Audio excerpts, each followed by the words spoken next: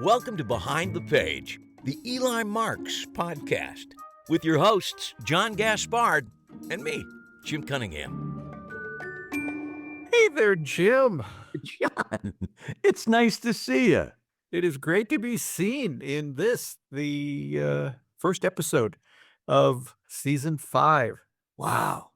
It's know. unbelievable to me that this has gone 5 seasons. I know. I'm very impressed with you. I've always been impressed with you, but 5 seasons of anything is, I think, finish this season, we can go into syndication and just retire on the residual money, right? Oh, yeah. That's like Cheers money at that point. Exactly. We don't need to work ever again. No, that's exactly right. We have done everything we said we would do.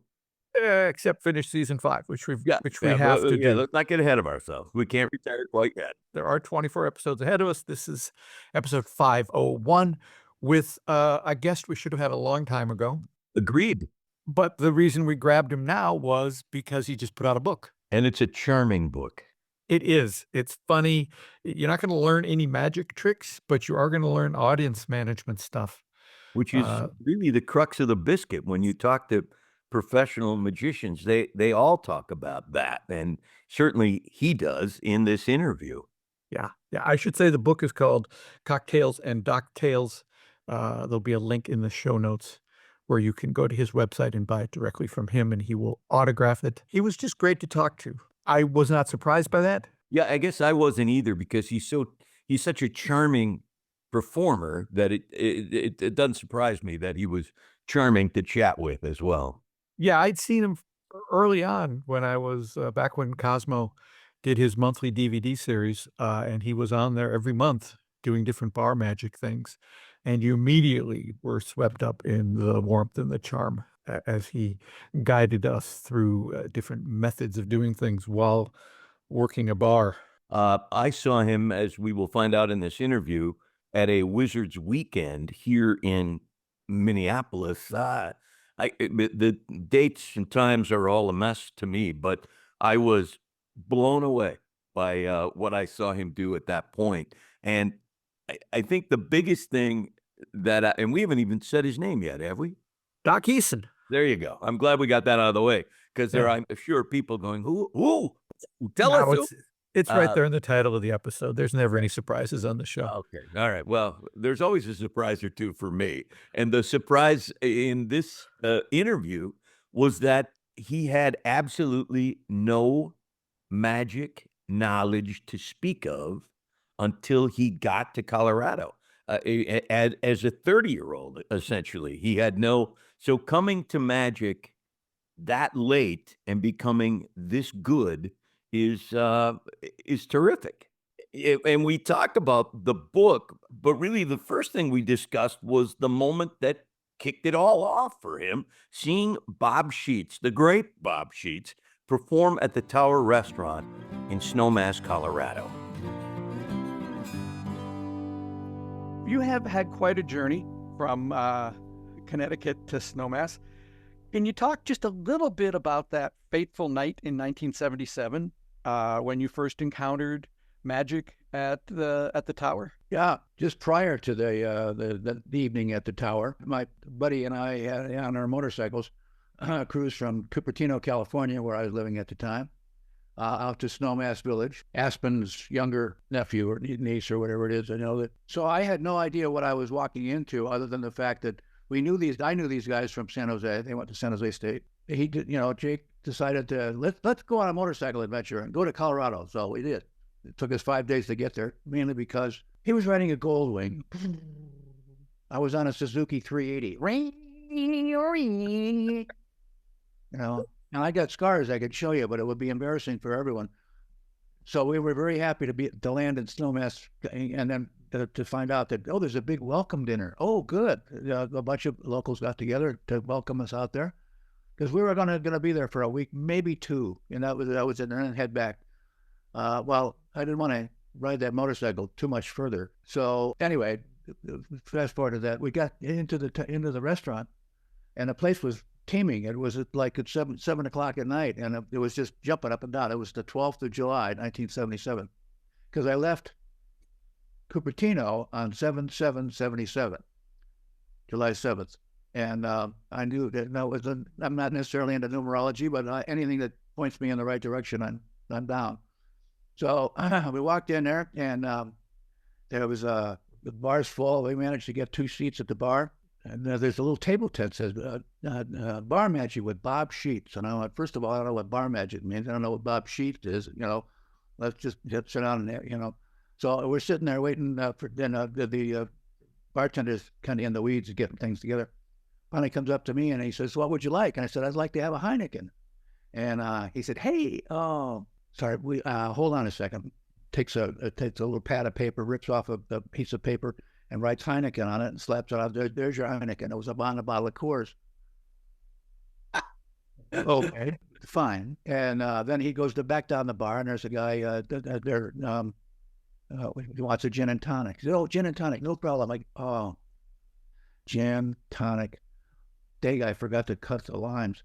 Hold on a second. I got an idea. I got one right here. And he reaches down. He's got one palmed in his finger, in the little finger palm here. He pulls up the wastebasket and starts throwing napkins and cigarette butts, just like going, like, "Oh, here's one. There's no teeth marks in this one." Takes it over here under the speed gun, rinses it off, squeezes it into the drink, and then hands it to you with his thumb in it. What is going on here? I didn't know it at the time, but I was just like against the ropes, and he was pounding me with this thing. And so we went, but just before we went to dinner. This is all in the book, by the way. Shameless plug. Well, here we are, all set to go to dinner. And Bob said, "Here, one more trick before you go." I said, "Okay, fine." He asked me to pick out a card, put it back in the deck, shuffle up the cards, do this thing, and he said, "Is that it?" No. "Oh, hold on a second. I got him on the run now, because I went to college, and I know things, So I'm very, I'm on top of this. I think that suddenly my card that was signed and in the deck is under my drink. Wait a minute. Hold on just a second. Now, there it is again. Jesus, what happened here? So we go to dinner, the lovely dinner. Welcome to Snowmass thing with all my buddies, and all through the dinner, I hear all this applause and laughter coming from the bar. I couldn't wait to get back to it. So as we went back in there, sat down, we had 2 seats waiting for us, because they knew what was going on, and I'm still vibrating from this motorcycle thing. Right?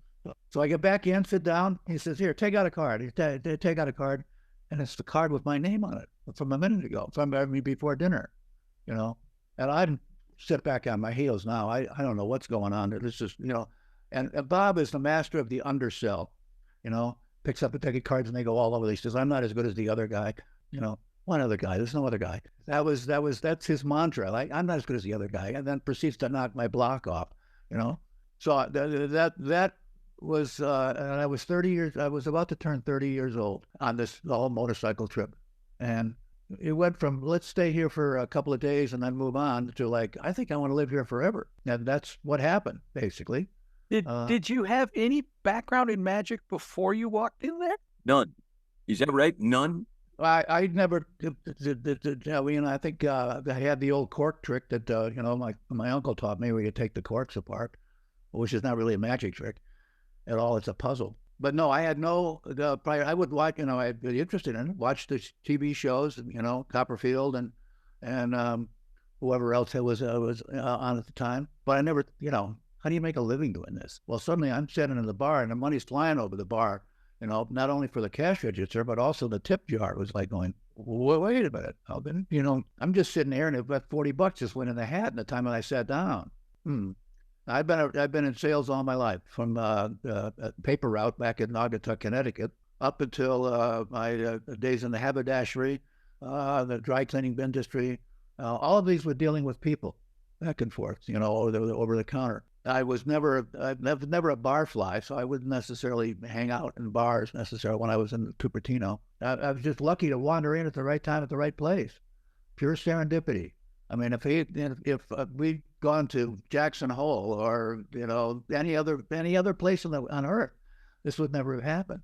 So I'm a big one for serendipity. Serendipity and I are partners on this train.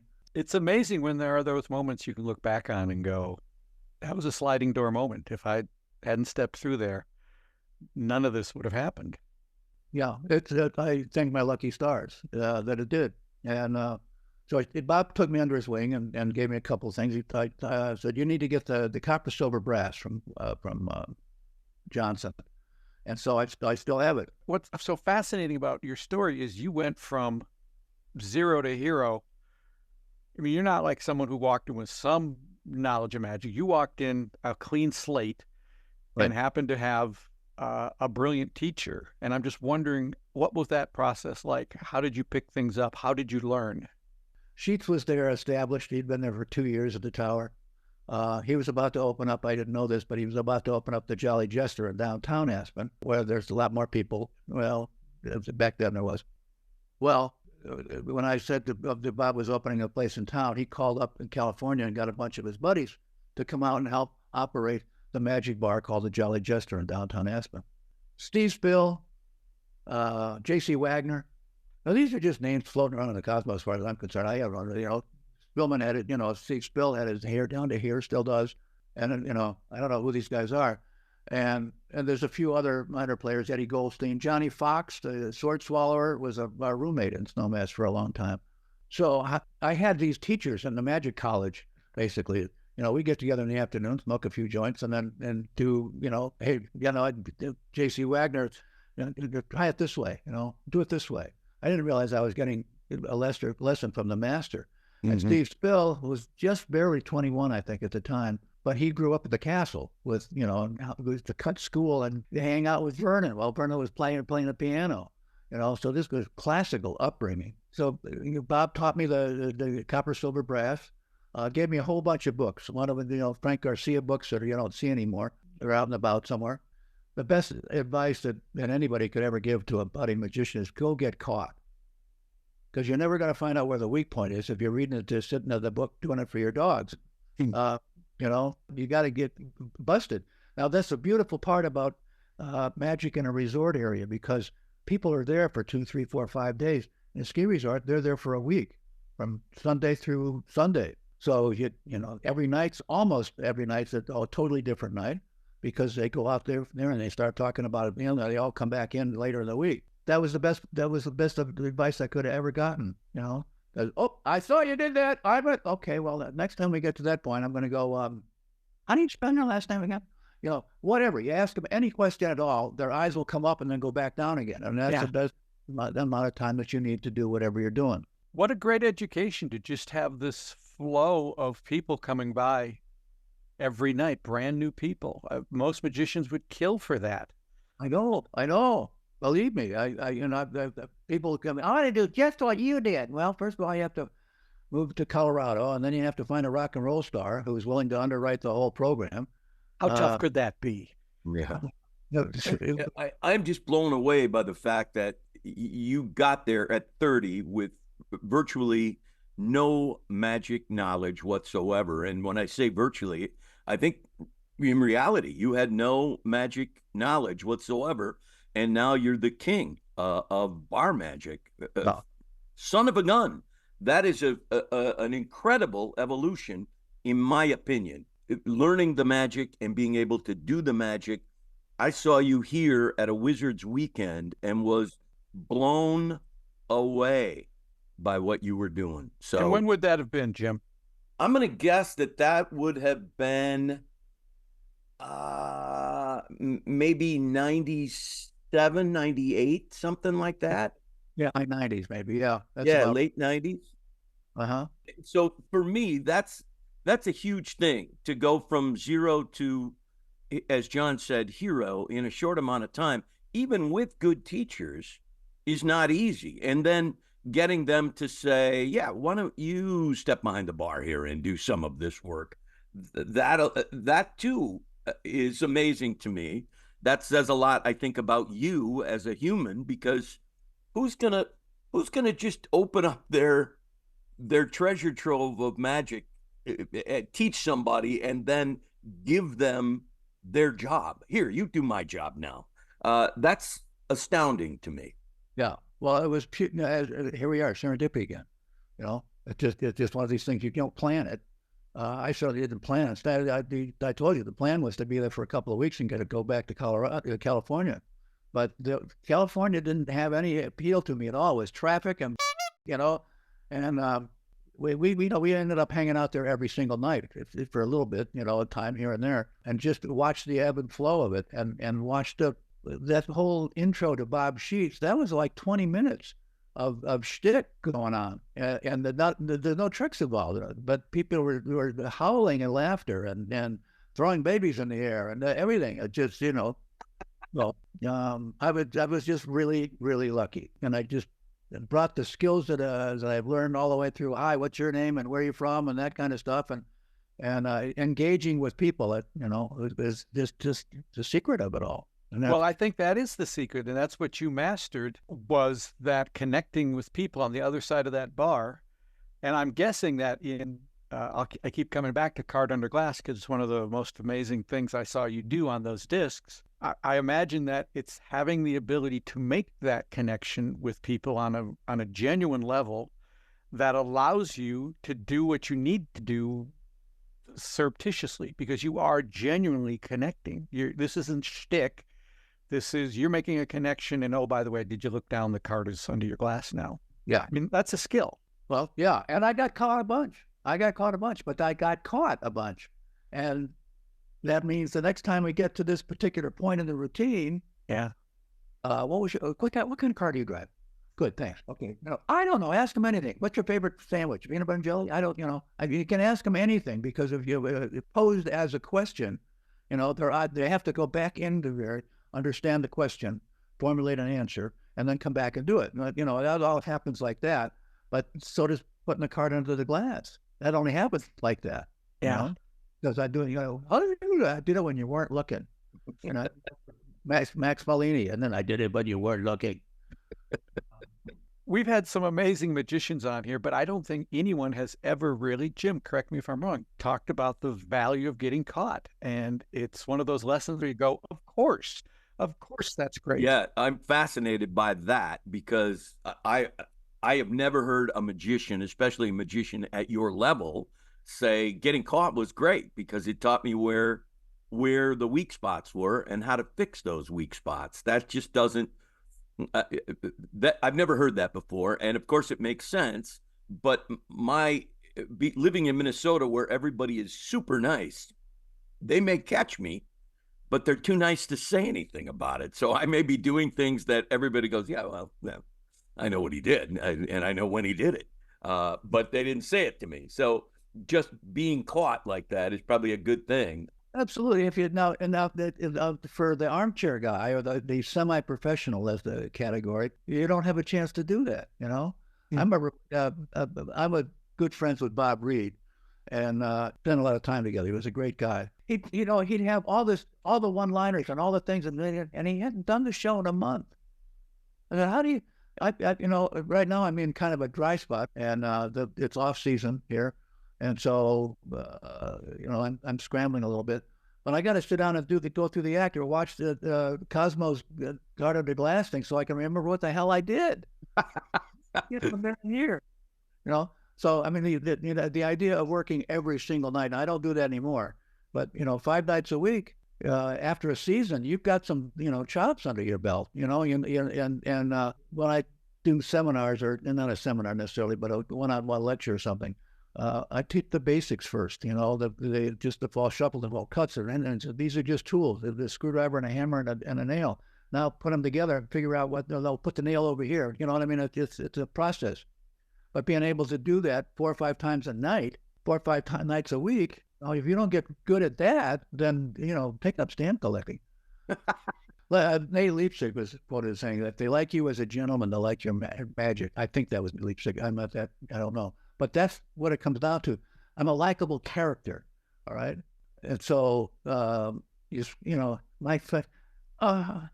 me do what I know. Okay, which is, it's a laugh line that gets me off the hook, and it shows that I'm human. And so there's not that many magic bars where you can walk in there and get those chops. Yeah. 1 night a week, 2 nights a week. That's good. I mean, I think Suzanne is still out there banging the dinner table, isn't she? She is. I think she has a couple of different restaurants. Yeah, the reps are you just can't get them any other way. Right. And the thing that Bob Sheets said to you right away, which you've kind of repurposed, I'm sure, a million different ways, is I'm not as good as the other guy. Just having a go-to that just gets you out. I'm not as good as the other guy. Laugh line, move on. That's just a great thing to have in the back pocket. Yeah. What's your everyday carry? Wave? Yeah.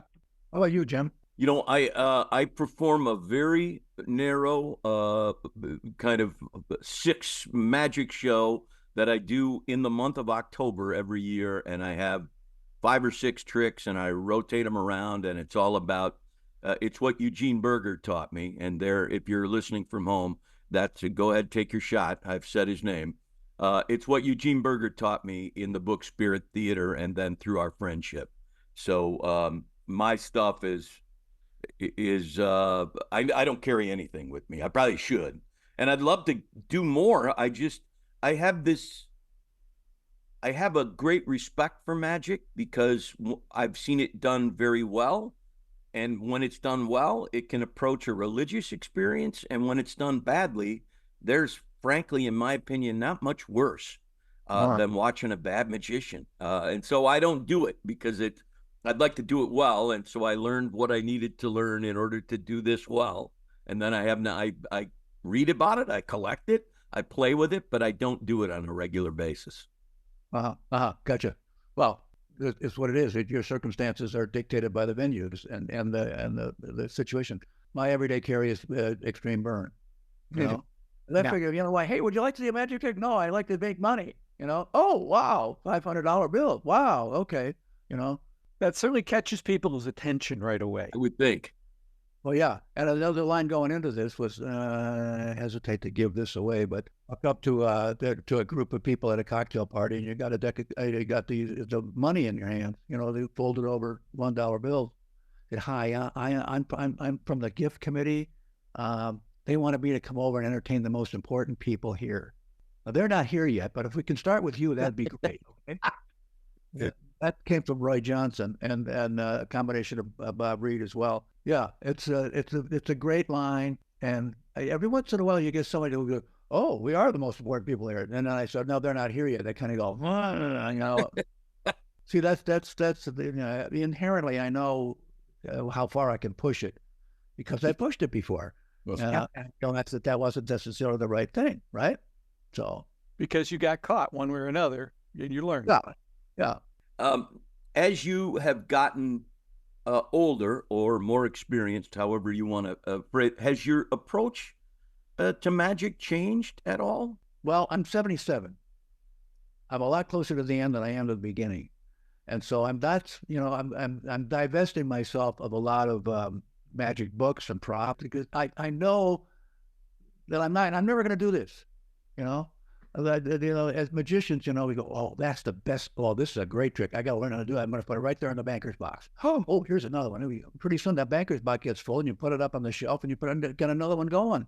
Like, golly, it's the magician's curse, basically. It's like, that looks really good. How does he do that? I don't know. Let's send $10 to Penguin and figure it out, But I'm not buying a lot of magic these days. I kind of slap my wrist if I reached for it. I know enough tricks. And if we were to let's go do a set at the restaurant or anywhere right now, there's probably the same couple of tricks, some card tricks, a couple of coin tricks, Bill and Lemon, multiple selection card, the seal. Wow, thank you very much. Where's my check? I'm out of here. Boom, And because I don't, I'm not working the tower not the tower, just the Stonebridge now. It's moved along. I've been 48 years. I've been doing this. Oh, that's 48 years. It blows my mind when I look over my shoulder and go, what the hell happened there? We're all of an age here. You're 10 years beyond me, but that's not that much. And you do get to a point where you go, yeah, I don't really need the new thing. I don't need to follow that new thing. I'm happy with the things that I have. And as you said, if you were asked to do a gig right now, you'd pack the stuff you want, you'd walk over, you'd do it, you'd do a great job, but you're not feeling a need to, I need to add this, or I need to add that. You're just going to take what works. Right. Because the tower, both the tower and the Stonebridge were set up as dinner houses, I'd get them at the beginning, they'd go back and have dinner, then they'd come back for another round. And that precipitated my having another thing, hey, let me do the poker dam, or a lay down trick of some type. That you need the surface and you lay it all down on the thing. There's a bunch of stuff that's fallen just a little bit below my, and I can't remember, how to do that. I didn't need it, Yeah. I had a walk around gig a week or so ago, and God, I didn't feel like I was really getting any traction. First of all, it was a Hispanic restaurant, and so there was a lot of Hispanics that didn't necessarily speak English, and so I got a cataract. Wah wah wah, So, but I ended up with the lemon and the card in the ceiling, and in this restaurant, and so they're thrilled that they have a card in the ceiling from well, how did that get there? Oh, Doc, yeah, okay, right. My wife and I laugh, but I can't go anywhere with it. Aren't you the magic guy? Yes, I am. It's a small pond. I'm a big fish. I will direct listeners to, well, they should get your book because it's a great book. And I'm not just saying it's a great book just because you're sitting here. It really is you're a very good writer, and it's a fascinating read. It doesn't teach magic, but it does teach life lessons, which are probably more important. And the chapter on card on ceiling and dealing with the ceiling fan is something not just every magician, every performer should read about dealing with a situation which is fluid, in which things are going to change, and they might not be the way you expected them, and how do you deal with that? And that chapter about how you learn to deal with that ceiling fan is a great life lesson in itself. Little caveat: don't ever do this trick at home. As you well know, and anybody else who buys the book will figure it out. Every once in a while, something goes terribly, horribly wrong, and I almost killed a guy or put his eye out with it. So I couldn't stop doing it. It was $100 every time I did it. So I needed to keep doing this thing, and so luckily or unluckily, the tower shut down, and I don't have a ceiling fan anymore. Life goes on. Are there any other life lessons that you think you took away from all those years behind the bar and all those interactions? You talked about you don't need any more tricks, which I think is something Suzanne said when she was on the show. She said the one thing she thinks magicians need to learn is you have enough tricks. You have enough tricks. You don't need any more tricks. Are there any other life lessons that come to mind? Well, when Lewis, bless his heart, produced the three volumes of the documentary, he put down 12 prescriptions for magical entertainment or something or other. I can't remember. I'd have to look them up myself at this point. But one of them is don't be a jerk. All right. Don't lust after the blonde at the bar there. And I can't remember now some of the other ones, but the other thing is that doing trick after trick after trick gets a little boring, and they get up against the ropes, and you just beating them up. I think they need to stop, slow down, and kind of absorb what this miracle you just did, and then we don't need 4 or 5 more miracles coming right along behind it. Here's another card trick. Here's another card trick. Here's another card trick. Oh, Jesus Christ! That was a performer at the castle, a great old guy.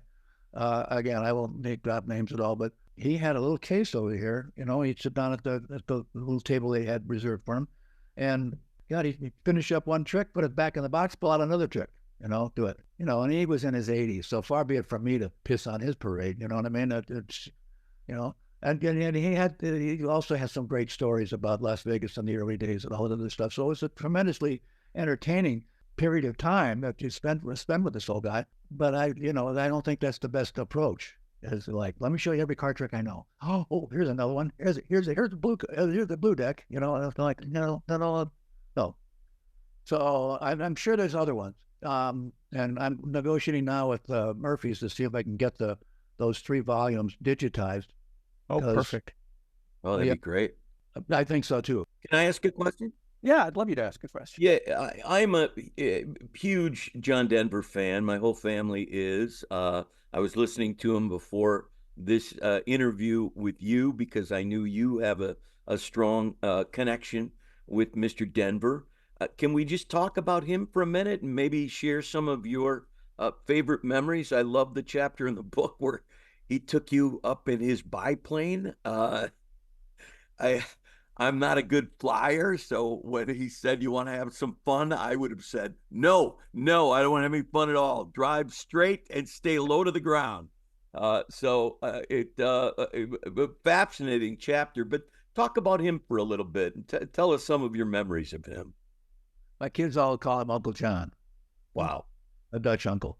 I guess that's what they call it. Anyway, it's only happened a couple of other times when you suddenly come face to face with somebody that you're very familiar with, is very famous. I remember walking out of Macy's in New York City and walked right up to and almost ran into Warren Beatty. I stopped, stunned, and then he moved on, and I just thought, was Warren Beatty just then? The same sort of thing happened the first time I saw John and come into the restaurant. He co-signed the thing. He had nothing to do with the running of the place. He hooked his foxhole buddies up into a restaurant situation. But when the same thing, every time I saw him, I was like, "Oh, John Denver." Oh, okay, fine. Okay. Hi, John. How you doing? And became human again. I think one of the things that you guys were referring to in terms of John, on the 25th of June, 1983, Michael Shore, one of the partners in the restaurant, but he's from California, was getting married to a sweetheart. And it was a beautiful fall day at the end of June.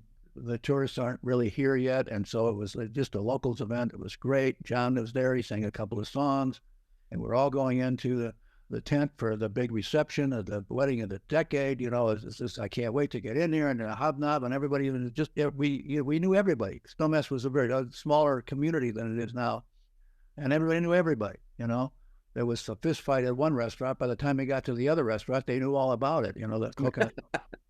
Right. So we're just about to enter the tent, and my wife, who was enormously pregnant at the time, tugged my sleeve and said, "We have to go." I said, "Go? What are you talking about? This is the wedding of the century here." No, my water broke. Oh. Okay, so we said goodbye to everybody, and then we went home and waited for the imminent arrival of my son, firstborn son. And about 8 o'clock in the morning, everything had stalled out. I don't know all the medical terms, but we're going to probably have to do a C-section. Okay, fine. So we go to the hospital, and I'm in the delivery room, all in my scrubs and everything, and just not getting involved in the everything. They cesarean. They open up mom, take the baby out, show it to him, and then turn up, give the baby to me, and I go in the room, and then they turn her up, and she goes out to dreamland. So I'm sitting there in this oversized rocking chair in Aspen Valley Hospital, and I'm gazing at my newborn son, who was not more than 15 minutes old. I look up in the observation window, and there's John, with a tear going on his cheek. Hmm. The upshot of that particular statement was, every time I saw John, and that wasn't often, that was seldom, but every time we did cross paths, he'd say, "How's Mac? How's Katie? How's Ryan?" He called my kids. This is a superstar. This guy is, you go to China and you say, John Denver, "Oh, Rocky Mountain High." Yeah. It's worldwide. And he knows my kids' names. That was a very special time. When he fell out of the sky, it was like a death in the family. And as it was for a lot of people thought the world of John. You say you used to listen to him. We listened to it periodically, some of the lesser known stuff. So I got to know John on that level, not terrifically well, but I treasured the times with him. Yeah, he was just an amazing character, and his songs can still bring me to tears. Yeah. Prior to my coming out here, in 77, sometime in the early 70s, I was in California, running the health food store, and I had a tattoo of a sun on my shoulder. Again, that was not planned. It was just like I had just come back from Mexico. I had plenty of sun on my shoulder, and let's get a tattoo. And only later did I realize that this was the theme song. Yeah. I was in a Catholic school, probably 6th or 7th grade. The music teacher came in and she shut the door and she brought in a record player, and the building's full of nuns, but she's not a nun. And she said, "I want you guys to listen to this guy named John Denver." And it was the Poems, Prayers, and Promises album. She was a young teacher, and she was very excited by this performer who had some sort of Minnesota connection. I don't remember exactly what it was, but he was around here. He married a Minnesota girl. Yeah, that was it. He was around here a lot. Yeah. And then kind of out of nowhere, in what was it, 77, this movie comes out. Oh God, Yeah. with John Denver. And I will just say to all listeners, if you've never seen Oh God, Oh, I get it now. people talk about the brilliance of Mel Brooks. Let's give a moment here to talk about some of the movies that Carl Reiner made that are just classics. And this singer-songwriter gets up on screen and is the most charming, natural performer on screen. He is so good in that movie, going toe-to-toe with George Burns, sometimes face-to-face, sometimes he's in an empty room talking to George Burns and there's nobody else there. Just a remarkable performance. And I'm just sorry he didn't do more movies. He was such a, he just lit up the screen in that movie. And again, I would recommend, if you haven't seen Oh God, you can skip the sequels, but go back to the original. It's a great little movie. It is. I visit it at least once a year. And my brother-in-law, who is an entrepreneur, is an enormous John Denver fan. And about once a year, the local PBS station here during their sweeps weeks will run a John Denver special and concert. And my brother would watch it all the time. And there's a lodge in Alaska that John used to frequent. And my brother-in-law went up there and became friends with the couple that ran that lodge, that Mr. Denver would go up and kind of collect himself and chill out. And they reached out to him, I suppose 15 years ago now, and said, "We're getting too old to keep doing this. You seem to love the place. Would you like to buy it?" And so he owns this now lodge in Alaska that John used to go to on a regular basis. Wow. I can't get up there because in order to get up to the place, you got to take a float plane in, a small float plane. I'm out. I'm out of the contest. I can't do it. But Mr. Denver used to do it on a regular basis, and I guess it's beautiful. And I've seen the pictures. It's incredible. Yeah. Well, that's funny. Yeah, another life lesson or a performance lesson. It's also in the book. But I was in the Magic for 2 or 3 years at the time, and had a repertoire I could entertain a group of folks. Après ski was, let's shut down at 4:30. Between 4:30 and 6, dinner hour starts. It was, time for cocktails. I'm sitting there. I've got a group of 5 or 6 guys and gals, and I was playing with the group, and I look over to my left, and there's John just walked in. He had just been skiing. I said, "John, how are you doing? Come on over. I want to show you what I'm working on." He said, "I'll be right there. I'll let me get my beer." So I go to work, and he, cuts out and gets his beer, and he walks all the way past me up to the far corner of the bar, and where you can't see anything of what I'm doing here. I want to show you what was going on there, and he was very happy to be back there. And it wasn't until a day or so afterwards I realized that John was looking not at me. He was looking at what I did to the audience.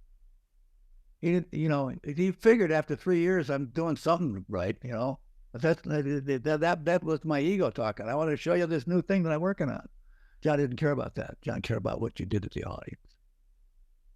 If you ever been to a John Denver concert, that has a great good fortune of being at a couple of them, there's a portion in the show where he, takes off the guitar, grabs another guitar, this old guitar, and sits on the edge of the stage with his legs dangling, and he plays Just for You, and for you, and for you. You could feel it.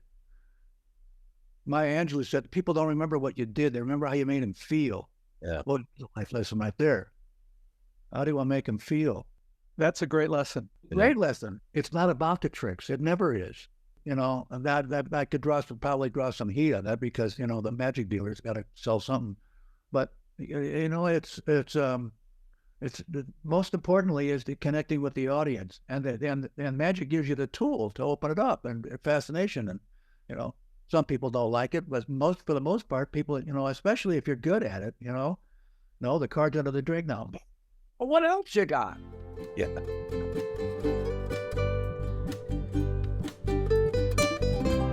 I'm pretty sure that one of the first things I saw him do on the DVDs that Cosmo put out was Card Under Glass. And because it was a DVD, you could back it up and look again, and back it up and look again, and back it up and look again. And maybe on the third pass, I'd go, oh, that's where he's doing it. Yeah. He's doing it where I don't expect you to do it. Well, that's pretty smart, isn't it? It really is. The idea of getting caught was, Yeah. again, when you talk about surprises for me, that's a surprise that that he would advocate. It's one thing to do it and realize, okay, now I know where I can't and I need to adjust because of, but to advocate to magicians, go ahead, get caught, and you'll get better if you get caught. Was a little counterintuitive for me. But I liked it. Yeah, it's just, as few performances as I've ever done, because I'm not a magician, but I do wave and I do it at book events. And I remember there was one event where I did it, I think 20 times in a row in the course of 90 minutes, just moving from table to table. And there was one table where I didn't get caught, but I screwed it up. Yes, I know. How can you possibly screw up wave? Well, if you're doing it 20 times in a row, Yep. you can. And I immediately did two things, which I'm very proud of. One was I didn't beat myself up. I went, yeah, okay, that's going to happen. And those three people are going to walk away from this experience going, well, I don't know what that was all about. But I learned something about the level of concentration you need to maintain throughout the performance, even if you don't think you do. So I wasn't caught there, but it was an immediate lesson of, oh, there's a problem. Yeah. I will fix that next time. And that's what getting caught is all about, and not beating yourself up over it, just going, oh, good. Thank you. Thank you. My walk away message is it's not about the tricks. It never is. That's a pretty good message for people to take if you are thinking about becoming a professional magician. It's never about the tricks. It's always about the connection that you're trying to make with the audience. And sometimes I think that just skates by. As a closet magician, I'm more interested in, well, what's the secret there than the bigger secret, the more valuable secret, which is how do I connect with these people? And the trick can help, but it's not about that. Yeah. I think that's a good lesson. And at least for me, it's a good lesson. Well, just think back in my experience. Get ready to drink. When we had Eugene Berger here for the There you weekend go. and we were having dinner with him, do I remember what tricks he did? No. No, I do not. Yeah. Do I remember how I felt chatting with Eugene and having him perform for us and the way that he connected when, he flipped that card over and it had my name on the back that he'd written, where I didn't see him do it. I didn't know how he did it. I don't remember the trick.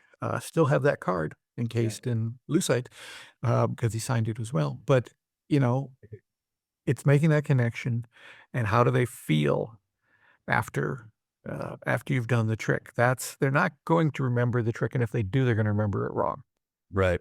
Which is, great for us magicians or even closet magicians. When you try to reconstruct, you're going to make it much better than I made it in live performance. But yeah, it's great. And I also, as a fan of John Denver, that connection was really cool to hear him talk about his friendship with the legendary John Denver, and the idea that he learned from Denver that focusing on the audience experience is crucial. And I think that's, again, so important and so often overlooked, even by people who Should know better.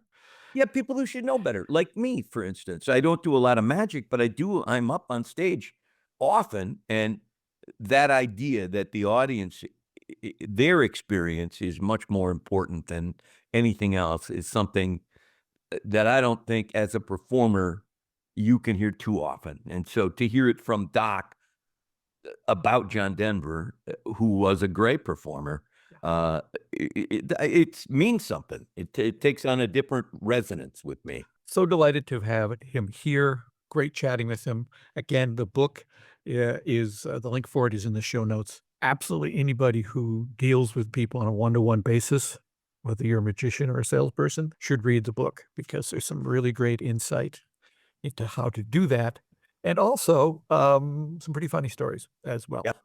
Delightful book. Highly recommended. And as John said, if you're a magician and you're thinking to yourself, well, if you're not going to teach me a trick in the book, what's the point? There's a huge point. The point is always, as Doc has said, it's never about the tricks. It's always about the connection. And you can learn a lot reading his stories about doing magic and connecting. Yeah. All right. Well, let's move on to what has become with our listeners a favorite segment, the I Love That segment. This is episode 501. That's an odd number. That means you get to go first. Because I'm odd. I think it's no secret on this podcast that I am, largely because my father served in World War II, I hate to use the word buff, but I can think of no better term for me than buff. I am a World War II buff.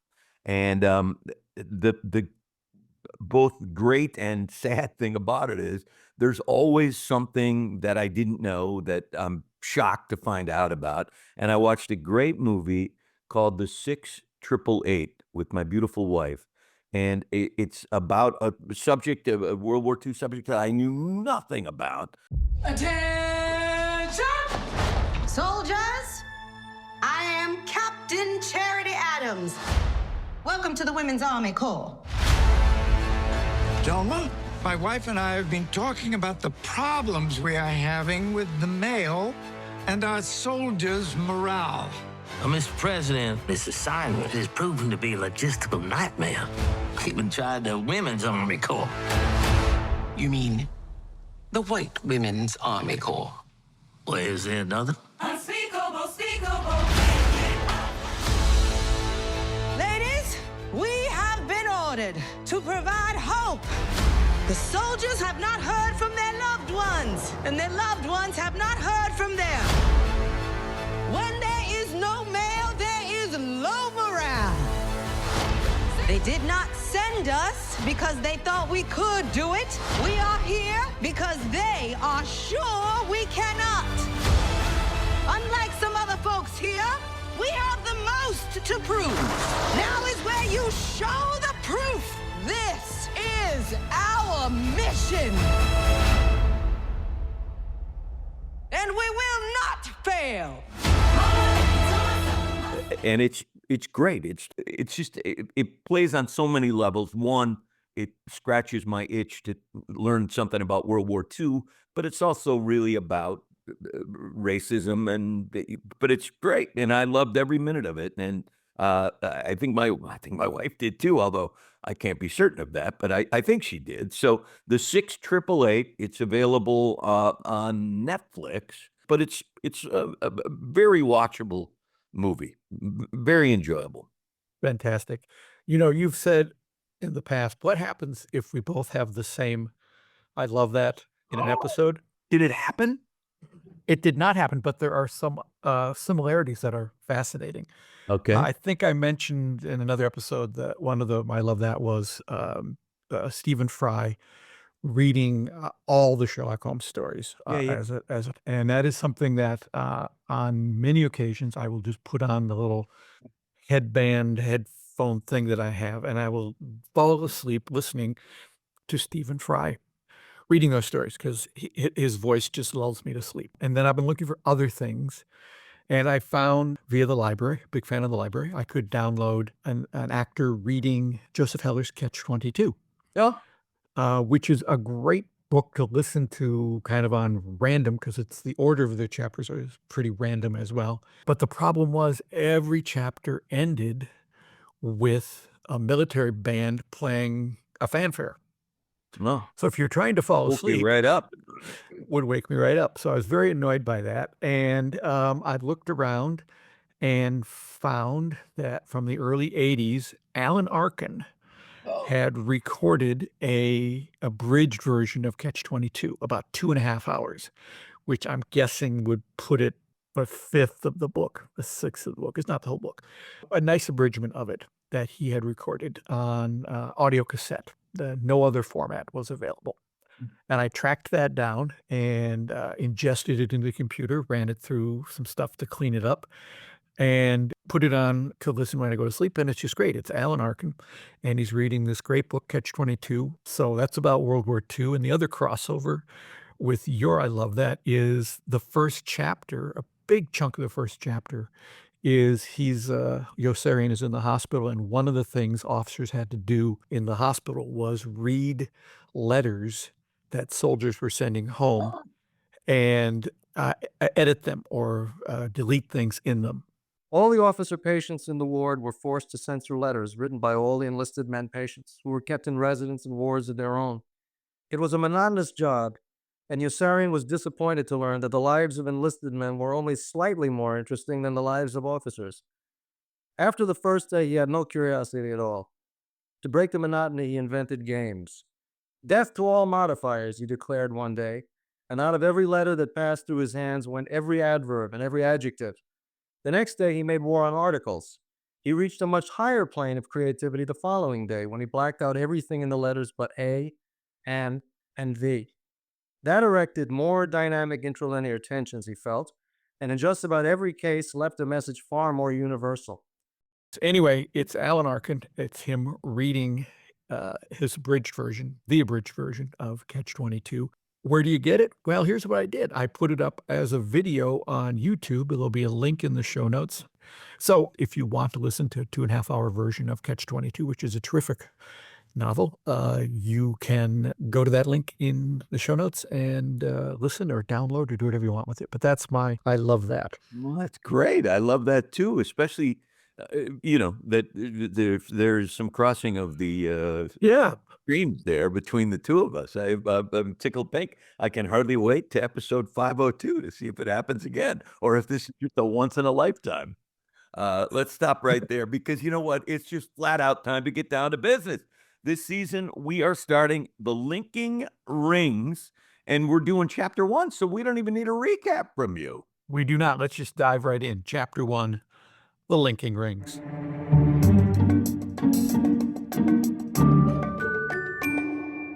Chapter 1. There were many attractions I had hoped to see on my first visit to London.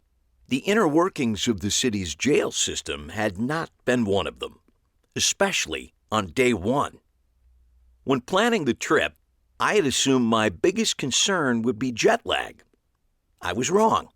While it proved to be a real issue, it came in at a distant second to raising bail. At the moment, though, jet lag was all I had on my mind as I suppressed yet another yawn. Coming to the Magic Circle directly from the airport had been Harry's idea because his plan was to spend as little time in London as possible.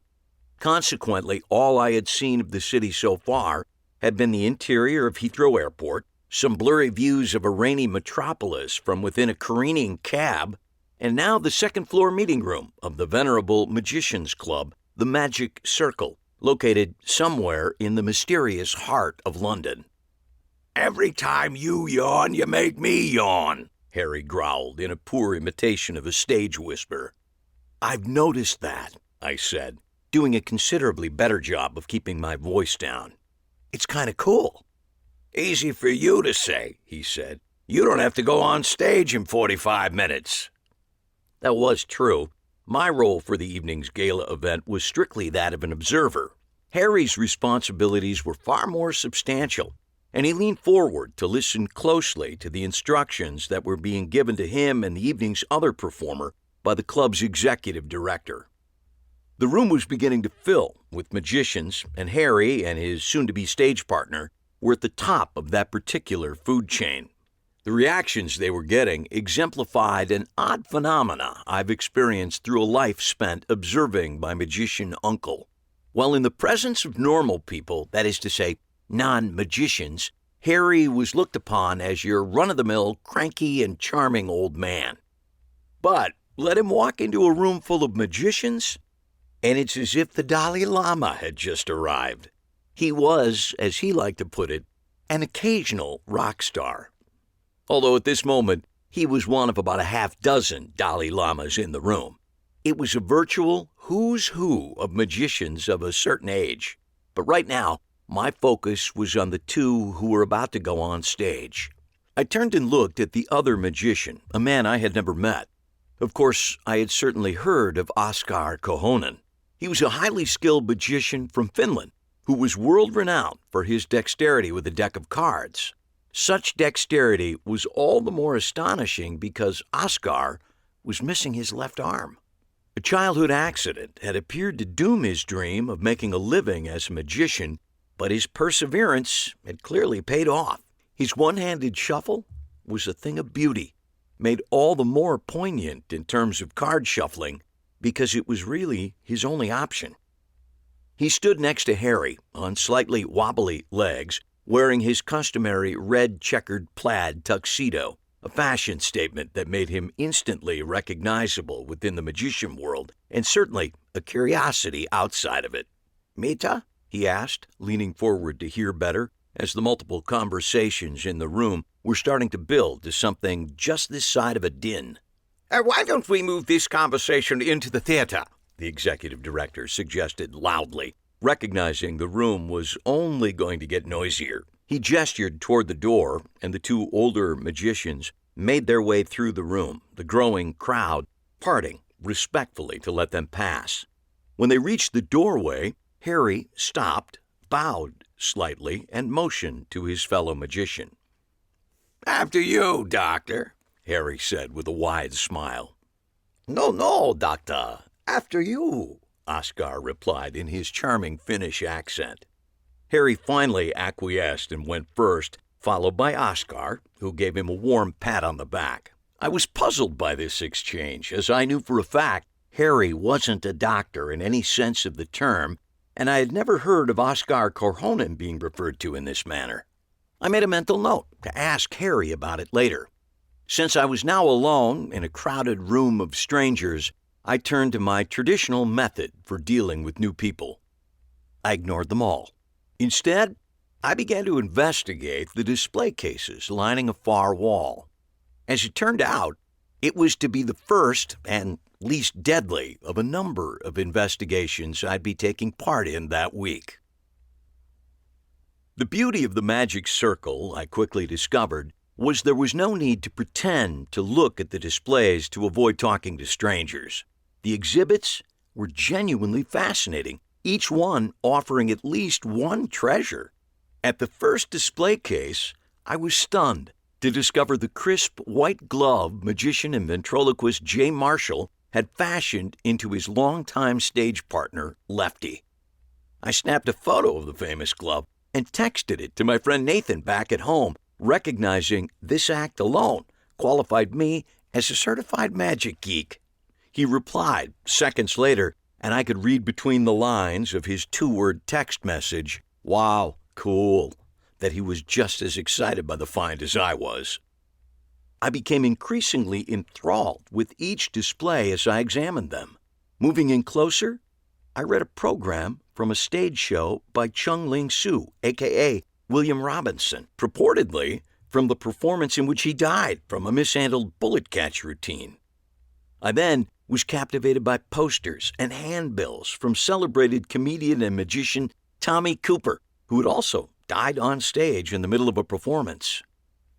"That particular display is a bit on the morbid side, I'm afraid," said a soft and refined voice behind me.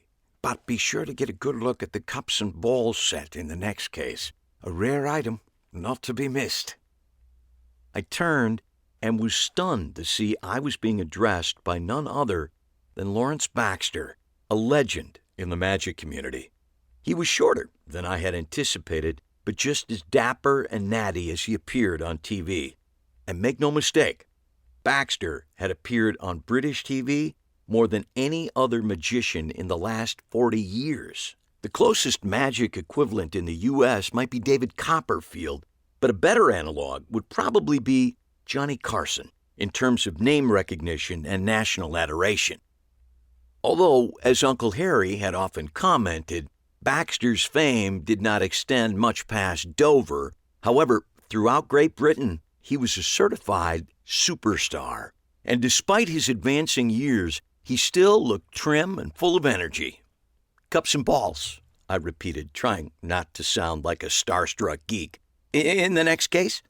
Baxter was clearly accustomed to this reaction from the public, laymen and magicians alike, so he gently turned me toward the next case and indicated a worn and tarnished set of brass cups, each one displayed with a rather faded red ball atop it. "Doesn't look like much, does it?" he said as I leaned forward to get a closer look at the set. Not sure if this was a trick question or not, I mumbled an indecipherable response. He continued on, as if what I said had made sense. "That, my young friend, is the very set of cups and balls the Duke of Cornwall used when he applied for admission to the magic circle." I nodded, in sympathetic agreement for a few moments, then realized I could cover my gross ignorance no longer. "Forgive me," I said. "Should I know who that is?" He smiled, a devilish grin. "Round these parts," he replied, sporting a comical American accent, "he is more commonly known as His Royal Majesty, Charles, Prince of Wales." "Oh, my," I said. "Indeed." I looked at the worn props. "How did he do on the test?" I asked. Baxter considered his words carefully before speaking. "Well, he was granted admission. Let's just leave it at that." I turned to him. "Are you being diplomatic?" "Always." He gave me a practiced smile and put out his hand. "I'm Larry, by the way, Larry Baxter." "I know," I said, glancing down at his hand while he shook mine. "Everyone knows." He shrugged modestly. "I've learned to never make assumptions." "And you are?" I had been distracted looking at his hand and stammered a response. "Oh, sorry. Eli Marks," I said. "You have the same ring as my uncle," I added, gesturing at his right hand. "Well, if your uncle is Harry Marks, that would make perfect sense," he said, holding up his hand and admiring the ring. "We both got our rings at the same time. All of us did." "All of us?" "The Magnificent Magi," he said, moving to a display case in the corner and gesturing for me to follow. "There we are, in all our glory, such as it was." He indicated a slightly faded black and white 8x10 photo on the display's second shelf. I leaned in for a closer look and immediately recognized a much, much younger version of Uncle Harry's beaming face. He was surrounded by several other young men, each smiling up at the camera during what appeared to be a dinner or a party of some sort. Upon further inspection, I also recognized younger versions of Lawrence Baxter and Oscar Corhonen, each holding up a right hand to display their matching rings. We were going to go with the other hand for the rings, but we opted for the right in deference to Oscar. Didn't want the old boy to feel left out.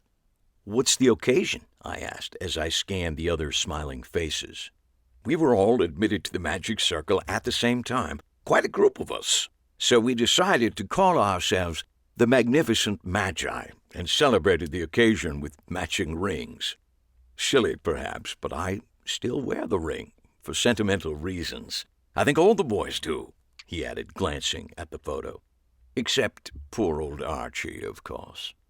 He gestured toward one fellow in the photo, a long-faced young man who was either feeling badly at that evening's photo opportunity or who always sported a sad and sour expression. "What happened to Archie?" He clucked his tongue. "Tragic, really. He died," he said, then moved in closer and lowered his voice. "Suicide. Terrible business." He turned toward the room and shifted his mood, once again becoming the upbeat and buoyant character everyone knew. "But that's in the past, and tonight is all about the future, and celebrating two performers who have not graced this stage in too long a time." I nodded in agreement. Harry was really thrilled to get the invitation, I said, as we looked out at all the magicians, young and old, who were filling up the room. Waiters had started to move through the space with glasses of champagne, and Lawrence snagged two as the tray sailed past us. "It will be delightful," he said, thrusting one of the glasses into my hand. "And as I said, long overdue." A thought occurred to me, and I realized Lawrence might have the answer I was looking for. "Can I ask you a question?" Always. I noticed Harry and Oscar addressed each other as Doctor, I said. Is that also a shared trait among the magnificent Magi? I could be wrong, but I think Baxter came this close to doing a classic spit take, then gave me a pained smile and shook his head. Are they still doing that? Some jokes will never die, I suppose. He took a more complete sip of his champagne. It is a practice common to all the Magi, with the exception of myself, he said. You see, I read medicine at university and was headed toward a career as a doctor before the magic bug took complete hold of me. Early on, I made the mistake of calling myself Dr. Baxter. I do have the degree, after all, and the lads have never let me forget it. Consequently, all the Magi refer to each other as Doctor, except me. None of them call me Doctor. They never have, silly buggers. He smiled, downed his drink, and placed it on another passing tray. Lovely to have met you, Eli, he said once again, putting out his hand. The pleasure is all mine, Mr. Baxter, I said in return, or should I say, Dr. Baxter. He shook his head good-naturedly. Why start now? Call me Larry. That may take a while, I admitted. As you wish, Dr. Marks, he said, giving my hand a quick squeeze before moving back into the crowd. There's a funny thing about magicians. Get just about any number of them into a room together, and the place suddenly turns into an impromptu performance venue. This was no exception, and mini shows popped up all over the room. I'd finished looking at the displays and was still feeling the adrenaline rush of meeting Lawrence Baxter. So I turned my attention to the room, which in the past few minutes had transformed into a sea of magicians demonstrating their skills to other magicians who were patiently, or not, awaiting their turns to demonstrate right back. Closest to me was a young man with slicked back, jet black hair, wearing a tattered tux and bright yellow sneakers. He was demonstrating his virtuosity with a deck of cards, but I would be hard-pressed to call what he was doing a traditional magic trick. Instead, he was manipulating the cards, practically juggling them, his hands orchestrating the cards into a shower of tumbling, well-controlled movements. The small crowd around him, consisting of young men about his age, was cooing in appreciation at his skill and dexterity. I found it impressive as well, although I could hear my Uncle Harry's voice in the back of my head growling, "Yes, that's all well and good, but when is he going to actually do something?" He didn't get the chance, as one of his audience members squinted across the room and declared, "Angelica's here, and she's performing. Brilliant," said another teen boy in the group. That was all it took for the crowd to rapidly disperse and just as quickly reform across the room. The young man in the tux and yellow sneakers scowled at the interruption and didn't bother to follow his audience. She's nothing to run home for." I didn't want to disagree with him, but from this distance she certainly appeared to be worth a quick trot. She was dressed in a bright Victorian-style outfit consisting primarily of a tight red corset, along with a very short red skirt and black lace stockings. Her blonde hair was tied up in a messy ponytail on top of her head, while on her feet she wore high black shoes with what looked like painfully sharp, pointed heels. "Not a fan?" I suggested as the young man squared his deck of cards and began to put them back into the case. "Ever? Not bloody likely," he grumbled. "She's all knickers and knockers, that one." He pocketed the deck of cards and smiled up at me. "You're not from around here, are you?" I shook my head as I put out my hand. "Nope, from the States. Eli. Nice to meet you." He took my hand, and then his face brightened. "Not Eli Marks, by chance?" he said. "That would be me," I said, anticipating his next statement would be some glowing comment about my Uncle Harry. "Fantastic," he said, now pumping my hand enthusiastically. "I'm a huge fan of your card Presto. Use it all the time. Saved me a small fortune on cards over the years." "Well, thanks. Glad it's of use," I said, taken aback the conversation was actually about me and not my nearest relation. The card Presto, a device designed to help flatten decks of cards and thus increase their longevity, was one of the few magic items I had ever produced. It was a small but consistent seller. And you are? Liam Sutherland. This is fantastic. Eli Marks, my. I shrugged modestly. An awkward moment of silence, which Liam broke. Well, mate, I'm helping out backstage, so I have to be off. But if you're around after, I'd love to buy you a pint. He barely looked old enough to be buying alcohol at all, a pint or otherwise, but I'd always been lousy at guessing a person's age. I'm not going anywhere, I said. That would be great. Brilliant, he replied happily, turning to go, repeating my name as he headed toward the door. Eli bloody Marks, what do you know? I basked in the momentary glow of celebrity for a few seconds, then made my way across the room to watch Angelica to see if there was, in fact, anything more to her than, as Liam so expressively put it, knickers and knockers. While her appearance and costume may have helped draw a crowd, I could immediately recognize it was her skill with the deck of cards that kept the growing audience in rapt attention. By the time I joined the group, she was in the midst of what looked like an ambitious card routine, joking playfully with the teenager she had pulled from the swarm buzzing around her. He was a gawky and gangly kid, his looks and manner absolutely screaming nerdy magician. She'd grabbed him by the shoulders and was manhandling him, getting him into a position of her liking. With the stage arrangement set, she nodded at him dramatically. He placed his chosen card back in the deck, and Angelica began a complicated series of cuts and shuffles.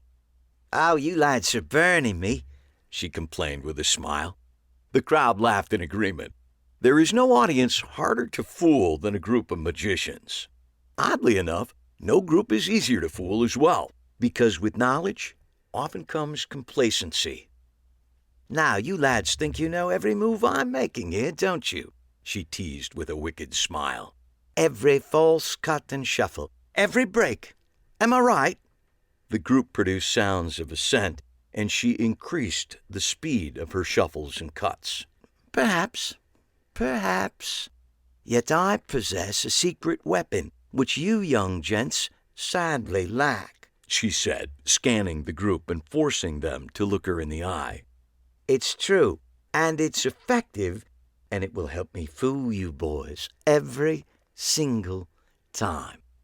Never underestimate the misdirectional value of some well-placed cleavage. With that, she glanced down at her chest, which was attractively shaped and featured by her bustier. Every eye followed her gaze. I don't know if she actually made a move with the cards right then, but at that moment, she could have snuck an elephant into the room and no one would have noticed. Back up here, boys, she said a moment later, laughing and pointing to her eyes. Back up here, please. Nervous laughter all around as they realized how she had maneuvered their gaze at what was likely a critical moment. She turned to the young man who was helping her with the trick, and he locked eyes with her, terrified to look anywhere else. See anything you like down there, Brian? She asked. He sputtered a non-committal response. Is it warm in here? You look a bit sweaty, she added seductively, gesturing to his forehead. Have you maybe got a handkerchief on you? He nodded and quickly reached into his back pocket. As he did, his expression changed from one of embarrassment to amazement. Instead of the handkerchief he had gone after, he pulled a playing card out of the pocket. He glanced at it and then held it up for the small crowd, a queen of hearts with his name scrawled across the face. That's how it's done, boys, she said with a laugh. The crowd burst into applause, including several loud whistles of appreciation. She took a deep curtsy, modestly placing one hand over her cleavage as she did so. It may have been my imagination, but I thought she winked at me before turning away from the group. She's really good, isn't she? A familiar voice said behind me. I turned and was surprised to see Megan standing next to me. As soon as I saw her, I started to feel a bit guilty, like the wink was something I had requested. For her part, Megan seemed nonplussed by the exchange and actually excited by the magic. I mean, I only saw the end of it, but she really had them engaged, Megan continued. You know, the way you and Harry talk about engaging an audience. I was a little thrown by the arrival of my girlfriend and this sudden topic of conversation. Did you already make it to the hotel? I sputtered, pulling out my phone to check the time. Was there any problem? She shook her head, smiling broadly. She clearly wasn't suffering the same degree of jet lag I was feeling. We're all checked in, she said. It's adorable. I don't know where the desk clerk is from, because we had a lot of trouble communicating with each other, but we eventually got it all sorted out. It was great. I think you're going to love it. Because Harry had wanted to spend so little time in London, we had timed our arrival a bit on the tight side. Our plan, which apparently had worked, was once we landed, Megan would take the bags and get us checked into the hotel, and then come meet us at the Magic Circle for the evening's special show, which, if my phone had properly updated, was going to start in about 10 minutes. We should probably head into the auditorium, I said, looking around and noticing the steady stream of people leaving the room. I patted my pockets for the 2 tickets Harry had given me, and we joined the line of people waiting to ascend the spiral staircase up to the theater. Once we got onto the narrow staircase, I made the mistake of glancing down. The surface on the first floor had been painted to make it appear like the spiral staircase continued on into infinity. Looking up offered a similarly disquieting effect, so I instead concentrated on looking at the back of Megan's head as we made our way up and up, finally arriving at the small auditorium. Ladies and gentlemen, mesdames et messieurs, damen und herren, you are in for a rare treat this fine evening. Lawrence Baxter had been on the stage for all of 10 seconds, and he already held the audience in the palm of his hand. The sight lines in the theater were terrific. Even from my 10th row seat, I felt like he was talking directly to me. The audience was clearly thrilled to be there watching Baxter do his thing, and Megan and I were immediately caught up in the excitement. Can everyone see me all right? He asked as he pulled out a deck of cards. And can you see these? In case you are unfamiliar, these are playing cards. The laughter from the audience had a sense of anticipation to it, like they knew where this was headed. To be honest, from where I sat, the cards were not all that visible. Certainly, a traditional card trick in front of this size audience would require some real finesse. Perhaps you can see them better if I do this, Baxter said, and with a practiced flick of his wrist, he sent 1, then 2, then 3 cards, sailing through the air and up into the balcony. I turned and looked over my shoulder at their trajectory, which was so precise that people in the front row of the balcony were able to grab the cards out of the air as they sailed over their heads. As I always say, if you can't bring the people to the cards, then bring the cards to the people, he said with a laugh as a round of applause died down. And just to prove these are in fact ordinary cards, can I have the quick assistance of a volunteer? Moments later, a middle-aged man stood rather sheepishly next to Baxter, who quickly demonstrated for him the necessary wrist moves required to flick cards with such speed and precision. As expected, Baxter continually bested the volunteer, whose plucky efforts landed a series of wingless cards about 8 feet away, in and around the front row seats. Upping the ante, Baxter then called for some help from backstage. Moments later, Liam, the young card juggler I had spoken to earlier, pushed a wheeled table on stage. Sitting atop the table was a large watermelon. This new addition was on the opposite side of the stage from Baxter and his volunteer, and once it appeared, it provoked a quick wave of applause from many in the audience. Once the large melon was properly positioned, Liam disappeared backstage. Perhaps it was the sheer distance which was tripping you up, Baxter suggested, handing more cards to the volunteer and gesturing toward the watermelon across the stage. The man was a good sport and gave it his all, but not one of the cards landed anywhere near the table, instead drifting sadly and aimlessly before fluttering to the stage. You have to account for the air currents in the room, Baxter said patiently, taking the deck of cards from the hapless volunteer. He quickly wet his index finger, held it up in the air to test the currents, and then began to flick cards one after another at the watermelon. His aim was perfect, and each card not only hit the watermelon, but pierced the rind, holding fast. Within moments, half a dozen playing cards were protruding from the watermelon. The audience applauded wildly as Baxter escorted his volunteer back to his seat and then returned to the stage. He had done a magnificent job of warming up the crowd. Thank you for recognizing and rewarding me for what is admittedly a unique and wildly unnecessary talent, he said.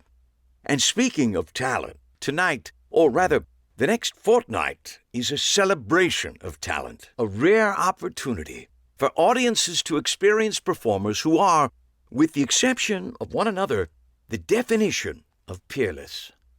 He lowered the handheld microphone as the audience applauded. This crowd was evidently aware of the lineup that had been brought in for this special series of performances.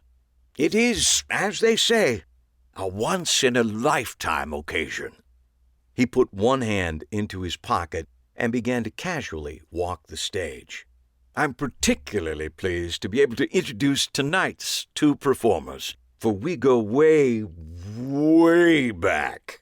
He exaggerated the final way and winked at the audience.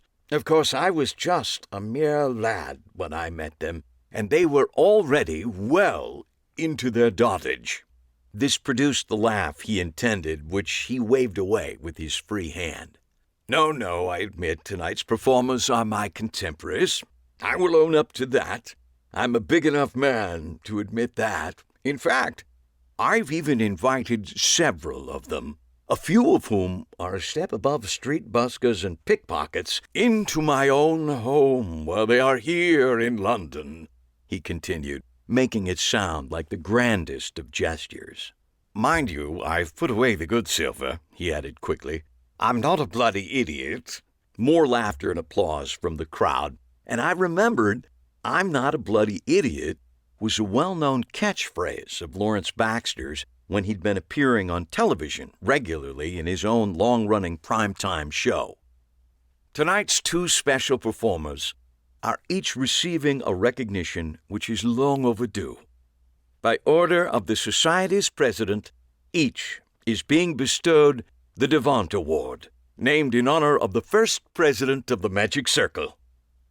This produced a thunderous ovation, the volume of which was surprising because the auditorium probably only held 150 seats or so, including the small balcony above us. Lawrence Baxter smiled at the enthusiastic response and even placed the microphone under his arm so he could join in the applause. Once it had subsided, he took the microphone in both hands.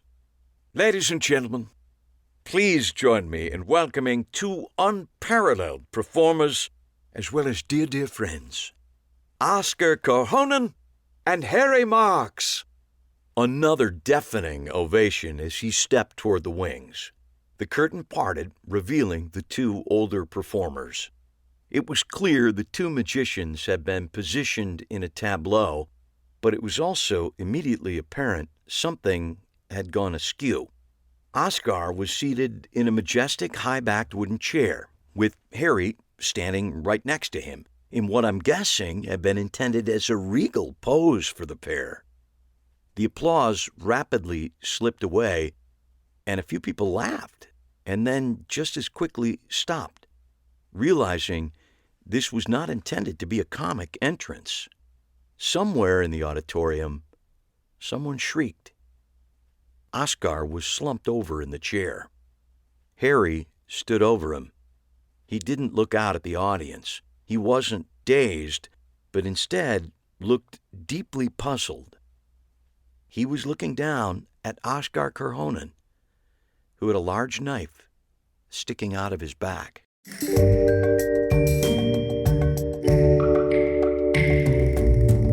All right. All right. So Oscar's dead. He's been stabbed in the back. That's the end of chapter 1. A couple things to note there. Oscar was written primarily to annoy you, my narrator. I was just going to say, as a joke. Yeah. So you only had to do that accent for, he had like 5 lines, and then he died. Anyway, I've been to the Magic Circle many, many, many, many times, and that's why. I have never been. But I've been to the Magic Castle, and you've never been. So Currently, Great. at this recording, that is true. That is true. And I've seen wonderful shows there. They're Christmas shows, which are open to the public. I've seen amazing, amazing people, including Mike Caveney and Tina Leonard. Hey. One person I never saw because he passed before I was able to do that kind of stuff was Paul Daniels. Now, if you're a magic person, if you don't know who Paul Daniels is, I question whether or not you're a magic person, really. Yeah. The best analogy I ever heard was he was the Johnny Carson of Great Britain because he was that well known and that loved and had, regular weekly magic show and was just a charming, charming performer.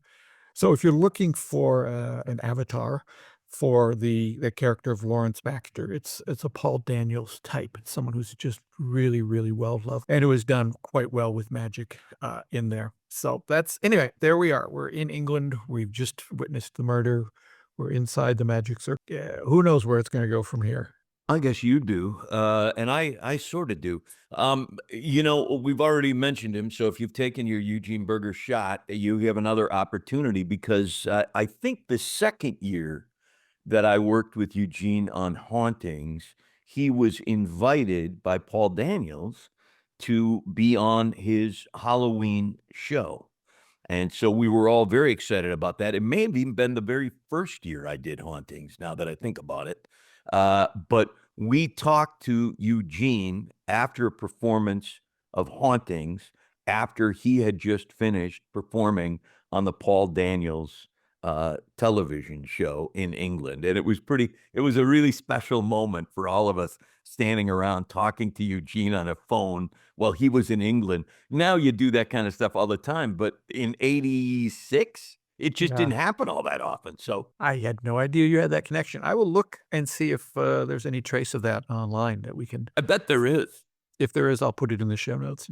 All right, well, that sort of wraps up 501. I guess next time, when we were talking to Doc Eason, one of the things we took away from it was the idea of it's not the trick. It never is. And next time we're going to revisit just a little soundbite from our good friend Suzanne on something very similar to that idea about the what's the biggest mistake that beginning magicians make. There's a million things we can have Suzanne talk to us about, and she has, in 2 appearances, done a lot of that. I just pulled this one bit because it seemed to be a good follow-up to what Doc Eason had. So next time, we're going to have chapter 2 of The Linking Rings. We'll see what happens with poor Harry now that he's standing next to a dead body on stage at the Magic Circle. And then we'll revisit some interesting thoughts from our good friend Suzanne. I can't wait. Gonna have to. We'll see you next time. All right. 502. Take care, everybody. This has been Behind the Page, the Eli Marks podcast, with your hosts, John Gaspard and Jim Cunningham. Produced by Alberts Bridge Books at Grass Lake Studios. Find this podcast and all the books in the Eli Marks series at elimarksmysteries.com. That's ELIMARKS Mysteries.com. And thanks for listening.